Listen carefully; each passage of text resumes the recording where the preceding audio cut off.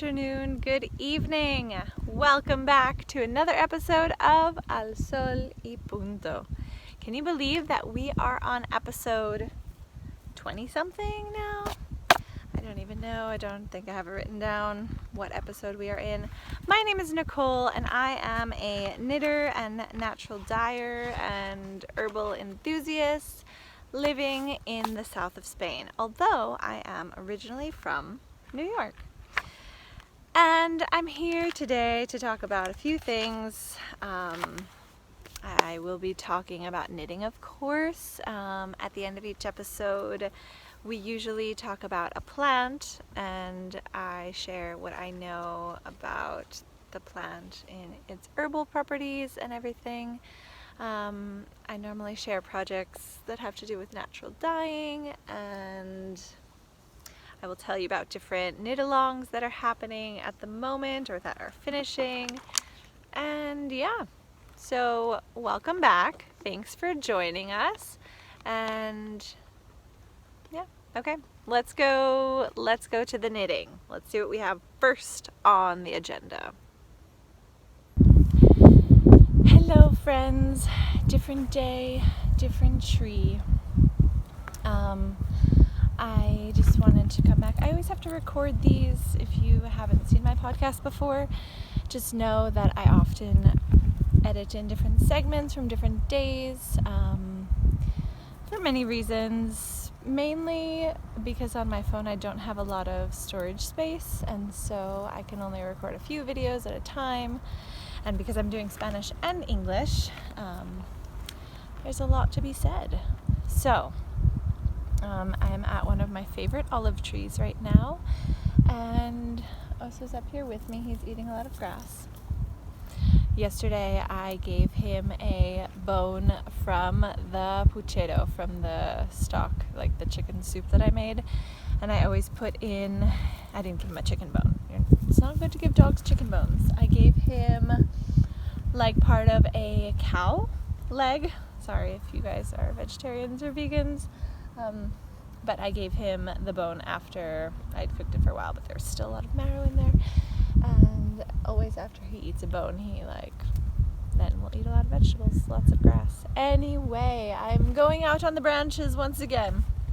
So I wanted to talk about a few things. I wanted to talk about the new project Save the Sheep, which I don't know if you've seen the video that is up on my channel. You can go check that out. I'm explaining this new awesome project with Antonio, a dear friend of mine here in Granada.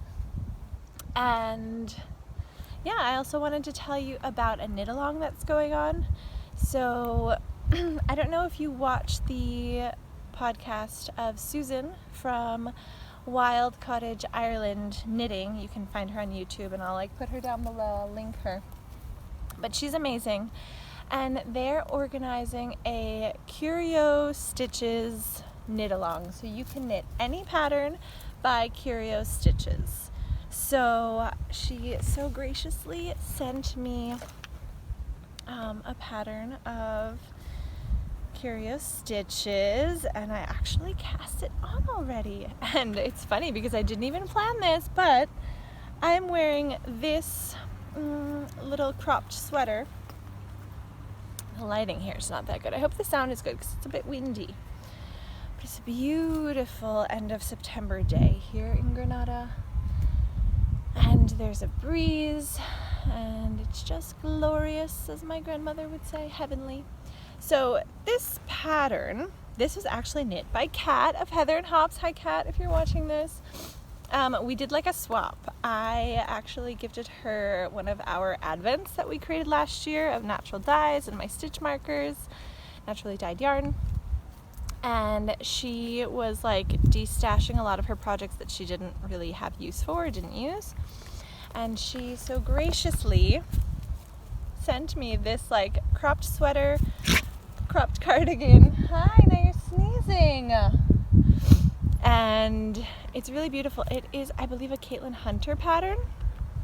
It's perfect for these in-between season times to just put it on, and it's so nice. The yarn is by, I have the yarn right here because she sent me the extra yarn and now I'm using it. for the Curio Stitches Cal. So I only just cast on. So if you want to participate, they're doing weekly prize drawings. So this is just the cast on of a hat. I rarely knit hats. If you've been watching these podcasts for a long time, you know that they always come out too big, too small. So I'm excited about knitting this. This is not actually for me. This is for someone who could use a hat. So I'm giving it to a friend of a friend. And it's going to be a special hat. So this is the Moonology hat, and I'm going to put a picture of the pattern in here and the information down below if you want to join in on the Cal. I think that Curio Stitches has a lot of really cool patterns that might be interesting for you to have a look at. Lots of color work. Yeah, so that is started. This yarn is Ching fiber, and the colorway is Sunflower Maize. I don't know if they're still dyeing it, but this is like a cashmere merino base. It's DK and it's really squishy, and this sweater is really nice. Because of all the speckles and the lighting here, you probably can't see all of the different stitches here, but it's really nice. This is the Gloam cardigan. Gloam. Oh, it's windy. Sorry. The wind is coming this way and the microphone's here, so I don't know if it's going to bother you. Okay, I'm going to stop. But that is the Curio Stitches knit along. So if you want to join in on that, all you have to do is use the hashtag. And I think that if you don't use Instagram, you can also just send a email with your project to my woolen mitten, because it's Susan of Wild Cottage, Ireland, and also my woolen mitten, who also has a podcast. So you can just send her an email. I'll put the information down below if you want to participate. Check out some of the patterns because they're really cool. And this is going to be a colorwork hat with a moon on it. So it's called Moonology. And honestly, I think the size is good. The size is good for a human head. All right, more things. Okay, so I don't know if you have seen the previous video on my channel about Save the Sheep, but this is an initiative that I go into in that video with Antonio, who is my partner in saving the sheep. And we are super excited about this endeavor. So Antonio is a knitwear designer who lives here in Granada, and we are friends. I think I met him through Marianela many years ago, and he was the one who invited us to come and teach in Kami Knitting this summer. And this when we got back from Kami Knitting, he and I were talking. Sorry, we've got people talking behind us. He and I, we're like near a trail. Oh, and they're fighting. It's like a fight. I don't know. Sorry. So, the joys of recording out in the countryside, and because the weather is so beautiful, I'm sure like lots of people are gonna come. Oh, yep, we got lots of people here. All right, so maybe I should. This spot is so good. This spot is so, well, the lighting is not good. I don't really know. Anyway, let's just push forward. Let's keep going. The lighting and the wind, not ideal, but the location is just glorious. So, yeah, so Antonio and I were talking one day. He made soup and invited me over for lunch, and it was like a chicken soup, but with hinojo, which in English is like fennel. And it just has like a light fennel taste, and it was really yummy with like chickpeas and meat and stuff, and yeah, really nice. So we were having lunch, and then we were talking about the Advent. Last year, he and I both did Advents, but separately. I did an Advent with Aida, my dear teen chica, and she naturally dyed yarn, and I made stitch markers. We had lots of other things going on in that beautiful Advent, and that was really fun. And what he did was create an Advent which was a pattern, and the pattern was in videos that came out daily in December, and you could knit along and make a shawl. And it was like a mystery cow Advent. It was really fun. I didn't participate because I was doing other things, but lots of people knit it. It was a beautiful shawl. Antonio is a fantastic designer. I highly recommend you check out his stuff. Anyway, so he said, hey Nicole, like, what do you think about doing an Advent together this year? And I was like, oh my God, I would love to, because I was very sad about not repeating the TTT Advent with Ida this year, but she just had a baby. Now she has 2 daughters, and she was like, this year, Nicole, like, I have to be realistic because it's a lot of work, and I'm a little bit nervous about what I'm embarking on, but I'm really excited about it. It's going to be great. And so with Ida, we weren't going to do anything, and I wanted to do an Advent, and he said, well, do you want to do an Advent with me? And I was like, well, how? And he was like, well, what if we make kits of yarn, and you naturally dye the yarn, and I make the Advent pattern that will come out daily in December? And I said, what? Okay, that's amazing.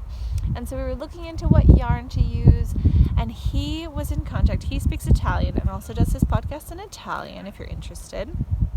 And he was in contact with an initiative in the Italian Alps. So beautiful there. And it's this group, I think, of just 4 women who are running this farm and working with this endangered species of sheep.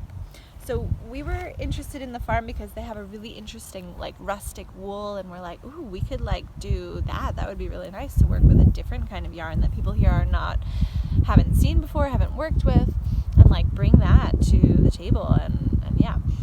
And when we found out that they're working with an endangered species of sheep, we were like, save the sheep! We need to save all the sheep! So this idea blossomed into something else. So now, not only is it going to be this one-time Advent, but the idea is to continue forward working with different initiatives from around Europe and around Spain and wherever the sheep need saving, and work with them and work with their yarn, and always be naturally dyeing the yarn and bringing the yarn in companion with a pattern, because it's nice, if you have this yarn, maybe it's an interesting weight or something, but you don't know what to do with it. So to be able to create like a whole kit. And this is our idea, to save the sheep. So the first edition of Save the Sheep, this is always going to be small batch, limited edition, but the first edition is for Advent, and I will be naturally dyeing all of the yarn, and it's going on sale on October 1st. I'm not sure when I'm getting this podcast out, but hopefully before then. But if not, there might be still some left. And if not, there will be more rounds of this in the future, so no worries. And it will be sent out on the 15th of November, so it has time to get to you. If you live very internationally, we can talk about having it sent out earlier. And we're so excited about it, and we want to save all the sheep, and it's going to be a really beautiful experience. So check out the other video if you haven't seen it, and you can learn a little bit more, and follow us on Instagram as Save the Sheep Wool, and you can see what's going on. We hope to share all about the sheep breeds, the farmers, the location, everything, and the natural dyes. Although the natural dyes, for now, the idea is to have them to be secret, so that when you get it, it's a surprise, but they're always going to be beautiful colors, I promise. And yeah, but afterwards I will talk about the plants that I use, talk about the process, and hopefully share interesting information. So, okay, now we're going to jump probably back to the past, to the future, somewhere.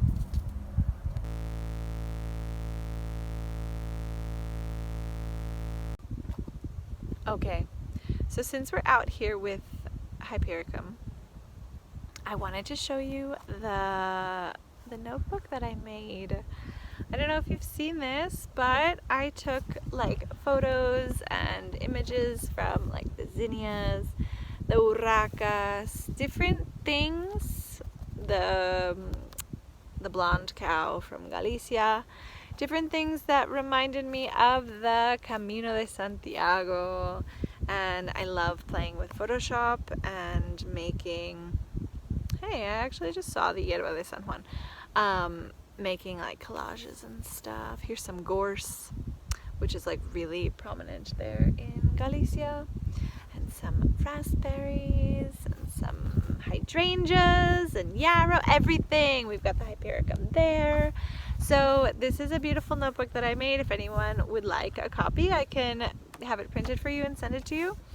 This is a hard cover, but this is it's kind of matte, but it's nice. I like that. And then inside side, you have this second cover. And then it is like really nice. I have my notes in here, but it is like really nice paper. It's like thicker than normal paper, and it really is nice for writing in. So the back of mine is the color of Vitex yellow, but you can, there's lots of different back covers if you want. So if you are interested in having your own notebook, it's in my Ko-Fi shop, so you can pick that up and I will send it to you, and you can write all of your dreams and aspirations or just your notes for knitting or whatever you want. If you are listening to this and you are a non-native English speaker who's joining my English knit nights, maybe you need a notebook for all of your English writings, because I think that when you're learning a language, it's really nice to write in that language as much as you can. And even if you're not learning a language, maybe you are an artist or a creative, which I'm sure you are if you're watching this. And have any of you ever heard of the book The Artist's Way? It's available, or at least it was available years ago. I listened to it in audiobook version on YouTube. And one of the things, it's a book that talks about different ways that we can develop our creativity and like bring out the artist that we have inside of us.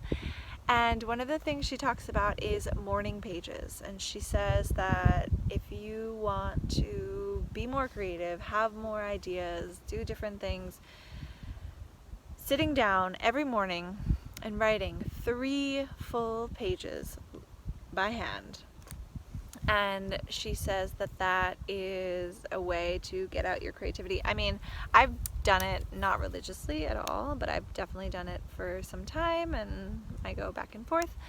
But there are days where you're just going to write about like your mom or what you had for dinner yesterday, or simply writing like, I have nothing to say today, I'm so boring, this is not working, what is the point? But then there are other days where like you come to really good conclusions. I think that writing out longhand, like by hand, is really nice for your creativity. Another thing that the author, I don't know her name, but I think it's a woman, says is to bring the artist inside of you on artist dates, the dates with your artist within. And I think that's really nice, like setting up times where you just like take your artist inside within out on a date, and maybe you go up to the mountain with some watercolor paper and some watercolors, or you go to that new exposition in the city that you wanted to see or something. So I don't know, the book is really cool if you want to listen to it, The Artist's Way. And if you want to do morning pages, let me know. Tell me down below if you have heard of it, if you've ever tried doing any of that stuff, and if it helps.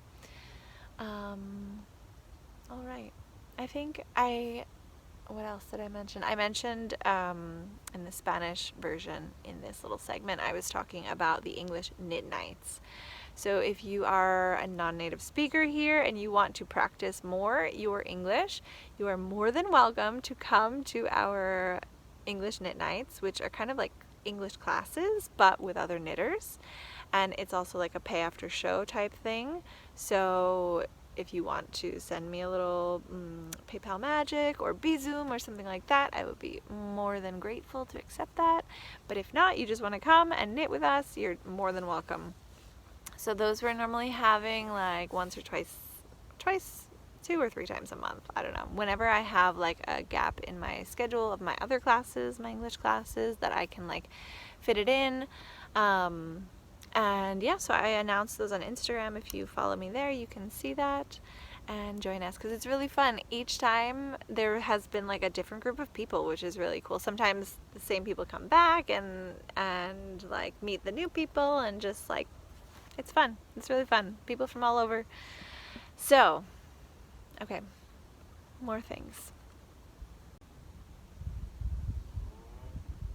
Well, I was just recording without recording. I wanted to show you these beautiful colors and tell you a little bit about the plants that I got these colors from. So life is like a box of chocolates, and natural dyeing is the same. You never know what you're gonna get. So I was going for a bright apple red, and I got this gorgeous color.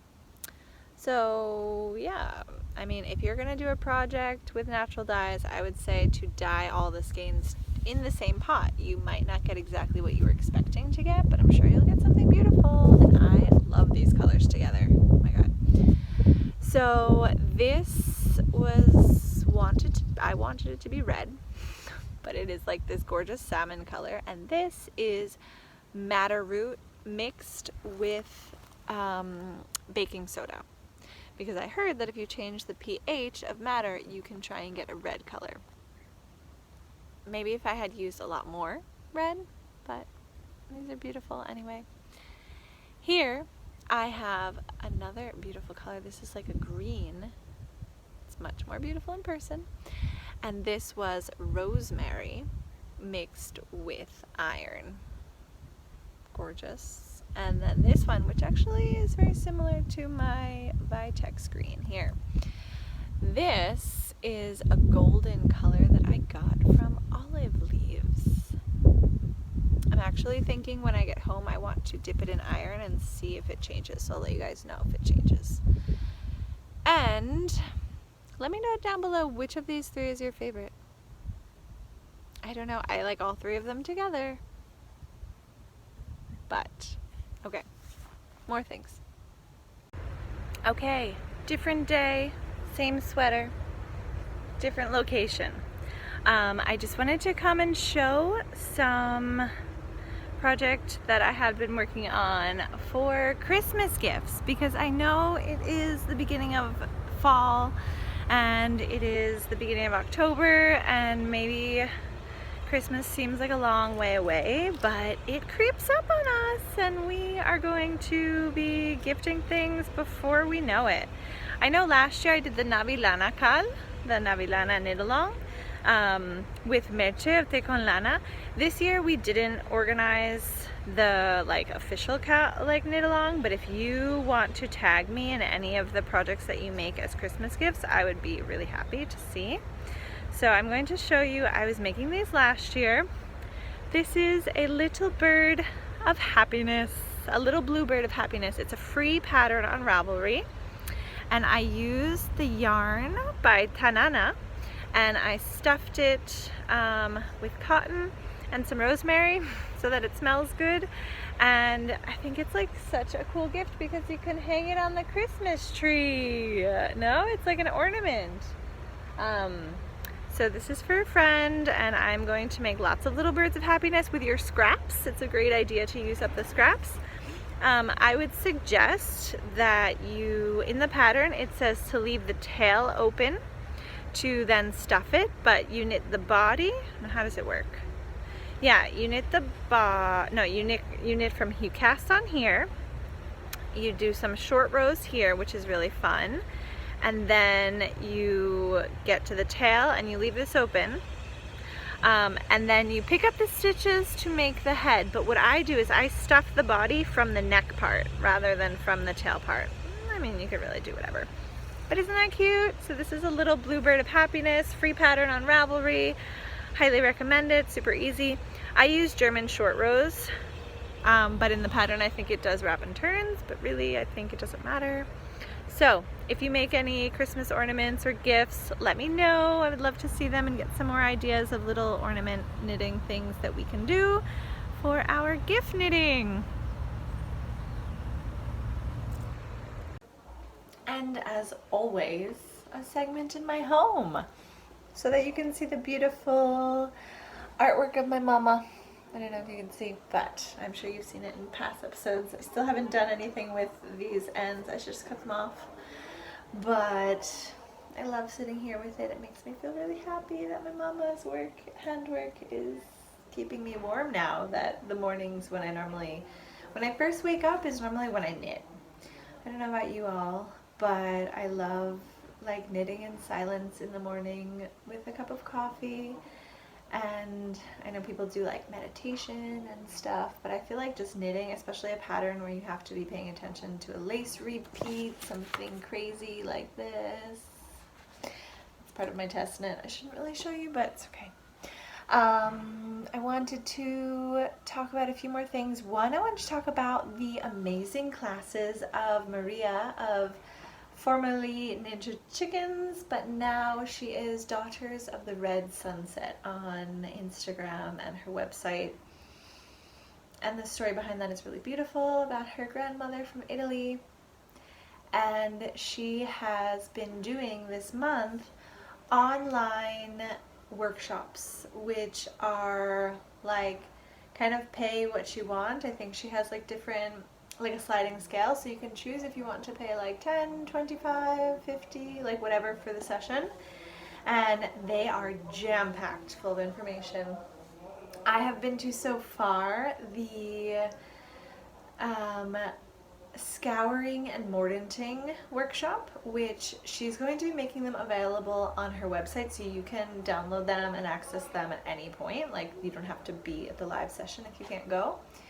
And then this past weekend we had the eco printing workshop, which was really cool because I do a lot of natural dyeing, but I used to do more eco printing, but it's not something that I've done a lot of. So that was really nice to be in her class. I learned so much. Maria is such a great teacher. And the next one is more about herbalism, and it's about elderflower, elderberry, and I'm really excited about that one. That one is on the 8th of October. I'm pretty sure that it's like filled up, but if you're interested and you send her an email, I'm sure that she could make an extra spot for you or something, like if you're really interested. But like I said, if you're listening to this in the future, you can access the recorded sessions on her website. So that was that. What else did I want to tell you about? Well, I did want to show you this awesome bag that one of my friends brought to, and that was another thing, brought to Kami Knitting, and I didn't show it last time. These are all cities in the Canary Islands. The Canary Islands, this is La Palma, no? But the Canary Islands are part of Spain. It's I kind of think of it like Hawaii to the United States, because the Canary Islands are like super far out into the Atlantic Ocean, like near Africa, but they're part of Spain. And it's like really tropical there, and there are volcanoes. There was a volcano there this summer that was active, which was really scary. But people are okay. It's fine now. So I got this really cool tote. And speaking of totes, I don't have it with me anymore because I've already gifted it to a very special person for their birthday. But I used my own tutorial on this channel. There's a tutorial that I filmed with my sewing teacher. She did all the sewing and I just put together the video about how to make a tote bag with like front pockets. So I made one with the fabric that I got of the bears in Galicia.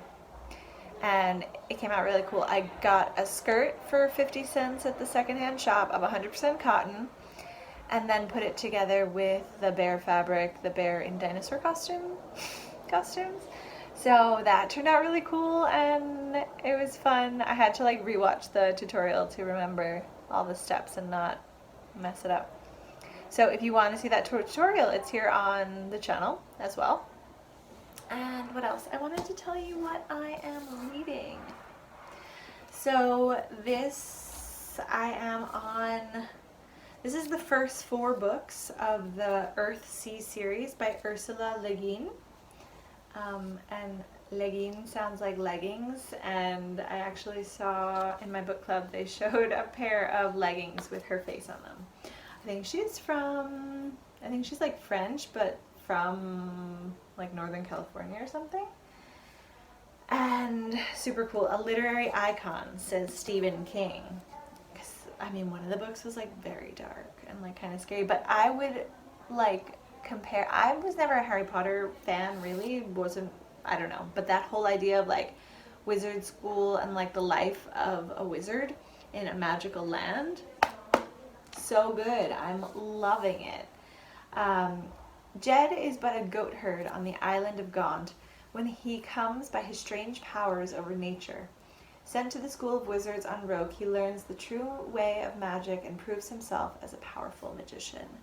And like the whole story of his life. Like that's just the first book where he like goes to the school and stuff, and then like as he's older and The Wizard of Earthsea is the first one. The Tombs of Atuan is the second one. The Farthest Shore is where I am reading right now. But it's really magical and really beautiful, and she has such a nice style of writing. So if you want a good book for this coming season of darker, longer nights and more reading time, I don't know about you all, but I love, like I normally sit here when I'm knitting, and then when I get tired of sitting up and I want to lay down, book time. So that's what I do when I'm almost done though, so does anyone have any good recommendations? Because my book club, I don't know if it's finished or not, but the leader of our book club moved to the north of Spain. And no one really wants to continue doing it online. So I don't know, I might join another book club and another bookshop or something, but I'm very sad. So if anyone has any recommendations, this will keep me busy for a little bit longer, but not too much. Okay. Now I think it's time to go to the plants. Okay, so I said we were going to the plants, but not yet, because I figured I'm in my house, so I can show you a little bit more knitting. My shalsuka in my bag from Erika.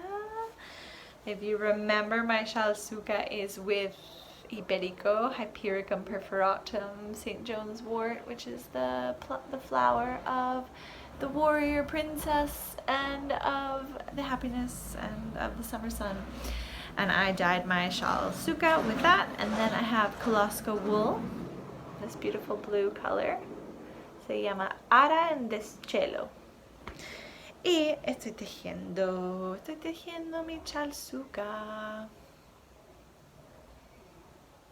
que es reversible porque es brioche. Oh, sorry, why am I talking in Spanish? It's reversible because it's brioche, and you can wear it on both sides, and it's going to be so big and fluffy and light and amazing. And I am knitting this so slowly because I have all these test knits going on, but this is the knit I bring with me if I'm going out or if I'm on a Zoom call or anything like that, because for me now it does not require thinking. It's just brioche, and it's so soft and so lovely. So this is really, it brings me a lot of joy and suka when I knit it. And I wanted to mention the Sol Briocal, which was the knit along that the girls of Twin Aura Knits and I organized from the summer solstice until the autumn equinox, which the cal is already over, but we have not drawn for winners because Jess of Twin Aura Knits works for Floxy, and Floxy had an event this past weekend, and so she was just like super busy, and I didn't want to pick a winner without her, but I'm gonna put winners here.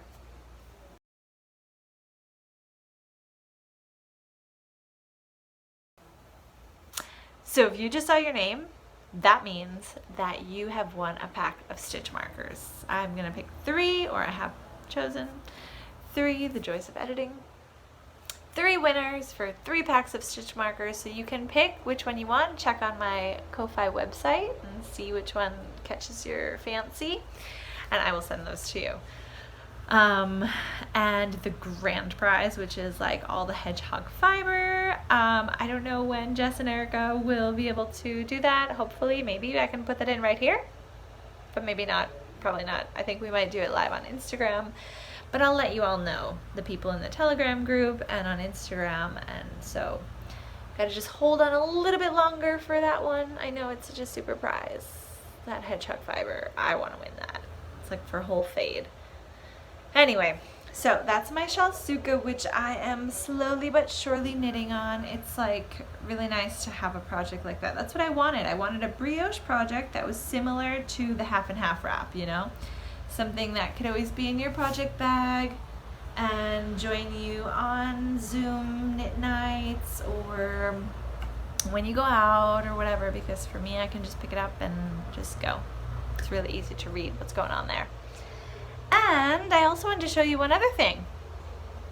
I closed the window because there was like a super noisy truck outside. I don't know. Actually, I turned off the engine now. But I wanted to show you what's living in super hibernation in my Turon 2021 project bag from my Advent exchange from last winter solstice, Advent season of last year. There is an Advent exchange that Lanuha organizes. I don't know if she's doing it this year. I hope that she is.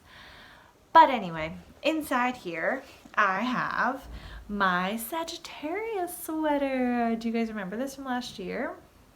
I hardly do, so I don't know if you guys do. And actually I just took it out to do the little segment in Spanish, and I realized that I had a piece of paper in the project bag that said the needles I was using, and I don't know what needles those are. But I think I used the ones from the pattern. We will see, or else I'll start over. But I would love to have this finished to wear on my birthday, which is in December, because I'm a Sagittarius, and this is the Sagittarius sweater. Wouldn't that be nice? With all the things I have to do between now and December. I don't know if it's gonna happen, but we'll see, we'll see. Even if I just am knitting on it on my birthday, I will be pleased. And so this is a yarn. My lovely cat, not only did she give me this yarn, but she gave me this fuzzy Suri alpaca. Oh my god, it's so fuzzy. Look at these fuzzy floats.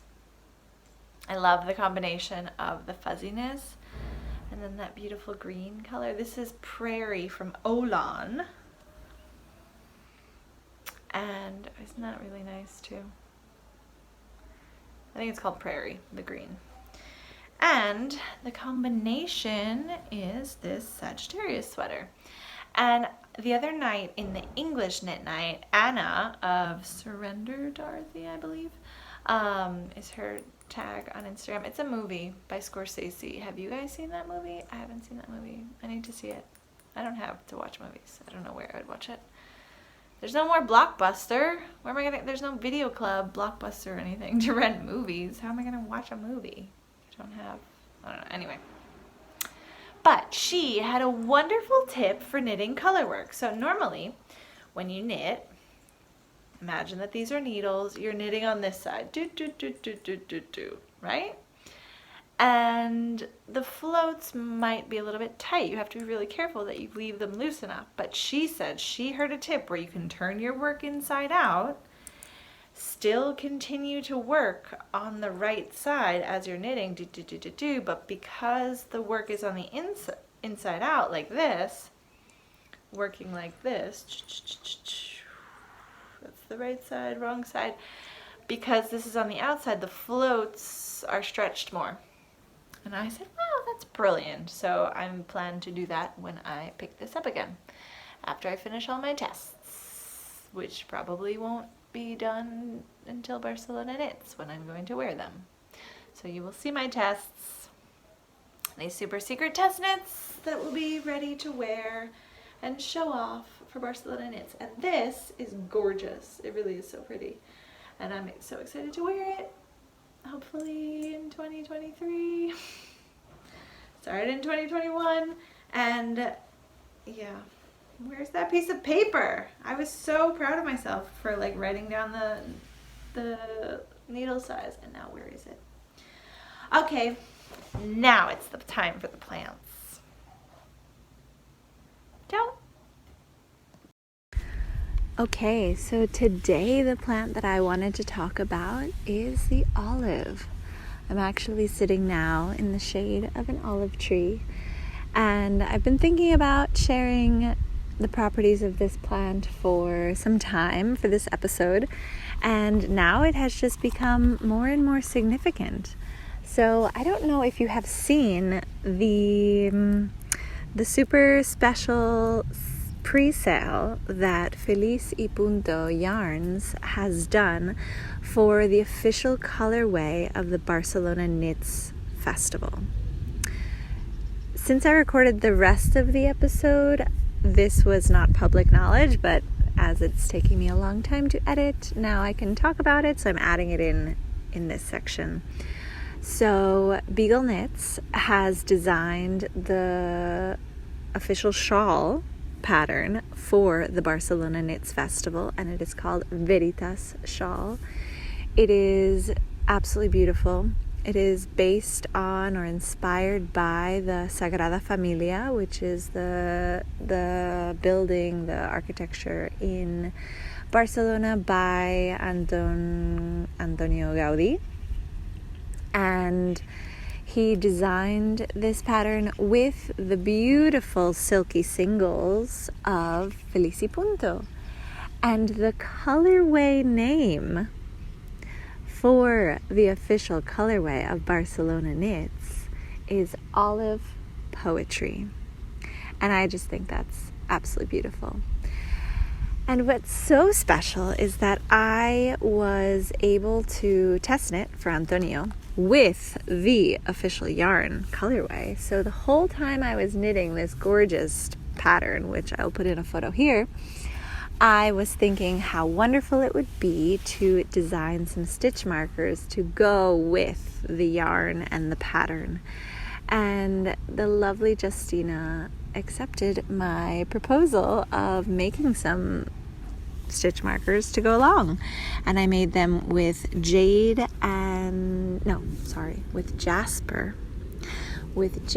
and fluorite. And actually fluorite is the color that I had chosen last year for the Barcelona Knits Festival stitch markers.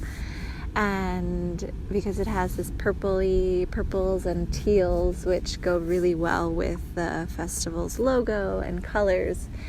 And Justina's yarn just went so perfectly with these stones, with the green jasper and the fluorite. So I didn't know the name of her yarn until she released it, because it was a surprise. And so when I saw that it was Olive Poetry, I thought that was really special. Also, because I have been thinking a lot about Olive, and because I had actually sent her with the stitch markers some little goodies and extras, but one was this really special cheese from Jaén, from the Sierra Morena, called queso y beso. And actually this cheese is like an award-winning like camembert type cheese that's made here in Andalusia. And they actually put a layer of carbonized olive pits. I don't really understand the process, but apparently the woman at the cheese shop said that it's the best cheese ever and that it's like so good. And what using the carbonized, they burn the olive pits, and it takes away the acidity in the cheese or something. I don't know. It's delicious. And I thought it's really special that it does not taste like olives or anything, but I just thought that was special that it also uses olives, so the olives are all around. All right, so should we start talking about olives? Not about all this other stuff? Okay. So, I don't know if you have ever tried olive tea to make, I could talk about olives forever. Really, I could. I have lots of things to say about olives. Actually, I'll share a little anecdote. When I first came to Spain, I got a grant to teach English here, and this was back in 2009. And I was told that I should be on October 1st in a little town called Aral in Sevilla. And so I said, where is that? What is this? Where am I going? And I looked up a video on YouTube. I wish I could find it. And it was just this little old man talking about olive trees. And I did not understand one word he said, because it's typical of the grandfathers in the countryside that they have very strong accent. And as someone who really didn't have the language fully controlled at all, I had no idea what he was saying. So I thought that was funny. Anyway, olive trees are all over Spain. They're everywhere. The liquid gold of the olive oil. It's such a wonderful, wonderful product, and wonderful thing to add to our diets, and also to use as a carrier oil for any of your infused oils. I make my hypericum oil with olive oil. You can make calendula oil. Just infuse any lovely plant into the olive oil. Leave it there for 6 weeks, and you've got an amazing body oil. I use it rather than even lotion. So just when I get out of the shower and my skin is wet, I put on my hypericum oil, my violet oil, whatever I've got, my mugwort oil, and rub it in, and it almost creates like a lotion right there with the water on the skin and then the oil. It's fantastic. So, olives. Olea europea is the Latin name, Olea europea. It is native to the Mediterranean basin. There is fossil evidence of the origins being 20 to 40 million years ago. This is an evergreen tree. They say, what I read online was that there's evidence of it being cultivated between 5,000 and 6,000 years ago, but I think that it has to be more. I think that there's evidence of corn being cultivated 10,000 years ago. So I think that olives must have been, they were brought to the Americas by the Spanish. The ancient Greeks used the perfumed olive oil, by infusing different plants into the oil, like I was talking about. So it's not my idea. They smeared it on their body for grooming and for health. It's just a wonderful plant. It's also very sacred. It's obviously in the Bible and in the Quran, and it's in the Torah, and it's representative for abundance, glory, peace. They say in the Bible that an olive branch was brought back to Noah by a dove, signaling the end of the flood, which I think that's really cool. So lots of things. And if you have any stories about olives or about history of olives or the mythology around olive trees, please write to me below. Olive trees are the oldest known trees living. We have an olive tree in Portugal called Oliveira do Muchao. I don't know I can't speak Portuguese, but apparently it's about 3,350 years old. Can you imagine what that olive tree has seen? In Croatia, there's another one that shows that it's 1,600 years old, 1,600 years old. And apparently that one is still producing 30 kilograms or 66 pounds of olives per year. And that's still being made into olive oil. Can you imagine an olive oil from a 1,600-year-old tree? I don't know if it would be amazing, or probably like to try some. And the olive leaves, not only can they be used as a natural dye. If you've seen some of my earlier episodes, you might have seen me dye with olive leaves in the springtime, and I got an orange color. And now I've dyed again in the fall, and I've gotten a golden color. But the leaves, they smell so good when you are making the dye pot. And I realized that people use the leaves for infusion, to drink as an herbal infusion. It's very bitter and astringent, but it is wellness promoting. It is used as a tonic herb. It can also be used in tincture form, which is when you make an extraction in either glycerin, I've never done that, or vodka, alcohol. And you could just make an infusion with water and drink the olive leaf tea. And apparently it has a higher antioxidant content than green tea. It's immune boosting and infection fighting, and has gained a lot of popularity now because of the pandemic, because of those properties. It's also really good anti-diabetes, anti-inflammatory, antioxidant, anti-microbial, antiviral, anti-cancer, immunomodulatory, analgesic, gastroprotective. So, yeah, it is wonderful. So find your local olive tree. I don't know in the States where you might find them, in South America where you might find them, in England if you can find any olive trees. But come to Spain, we've got plenty. Or if you're here in Spain, go out and find an olive tree.